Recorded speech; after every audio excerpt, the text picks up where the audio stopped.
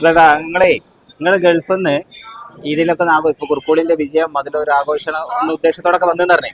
ഇപ്പൊ ടിക്കറ്റാണ് കണ്ടമാനം ചാർജ് വേണം യുദ്ധം കാരണത്താൽ. അതൊന്നും ഇവിടെ പ്രശ്നമില്ല. ആവേശമാണ്. ആഘോഷിക്കണം. പ്രത്യേകിച്ച് കുർക്കോളിന്റെ അപ്പൊ എന്തായാലും നിങ്ങളാ യാത്ര മുടങ്ങിയില്ല, സന്തോഷത്തിലായി. ഇത്ര പ്രതീക്ഷയിരുന്നോ? ഇത്ര പ്രതീക്ഷിച്ചില്ല. ഒരു 90 വരെ പ്രതീക്ഷിച്ചിട്ടുള്ളൂ.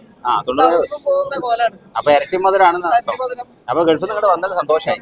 സന്തോഷം. എങ്ങനെയുണ്ട്? ഒരു 100 കടക്കുവോ?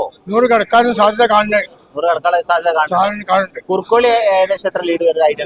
12,000 ഭൂരിപക്ഷം ഉണ്ടാവും. 12,000 മുകളിലുണ്ടോ? അങ്ങനെയാണ് ഭൂരിപക്ഷം പ്രതീക്ഷിക്കുന്നത്. ഇപ്പൊ 9,000 ആയല്ലോ അല്ലെ? 9,000 ആയി. BJP ഇപ്പൊ 2 സീറ്റില് ഉണ്ടാവില്ല. ഒരു സീറ്റ് ഉണ്ടാവോ? 1 അല്ലെങ്കിൽ 2 ചിലപ്പോൾ സാധ്യത കാണുന്നുണ്ട്. 1-2 കാണാൻ ചാൻസ് ഉണ്ട്. അത്രേ ഉള്ളൂ. അങ്ങനെയാണ് ഉണ്ടായിരുന്നതാണ് എന്റെ ആഗ്രഹം. പിണറായി കുറച്ചു മുമ്പ് വരെ പിന്നിലായിരുന്നു. അത് ഞാൻ പിന്നിലേ ഉണ്ടാവും. അത് ഇപ്പൊ തോറ്റു പോകും. പിണറായി തോറ്റാൻ കഴിഞ്ഞില്ല. പിണറായി തോൽക്കുന്നാണ് എതിരിൽ നിൽക്കുന്ന CP റഷീദ് പറഞ്ഞിരിക്കുന്നത്. പ്രകമ്പനം കൊള്ളുവിടന്നായിട്ട്. പ്രകമ്പനം കൊള്ളണം. ആ വാഹനം തോൽക്കണം. അപ്പോ ഇലക്ഷൻ റിസൾട്ട് ഇങ്ങനെ സജീവമായിട്ട് എണ്ണിക്കൊണ്ടിരിക്കുകയാണ്. വലിയ മുന്നേറ്റമാണ് UDF നടത്തിക്കൊണ്ടിരിക്കുന്നത്. എങ്ങനെ ഏകദേശം ഒരു പിക്ചർ എങ്ങനെ ആയിരിക്കും നിങ്ങളുടെ കാഴ്ചപ്പാടിൽ?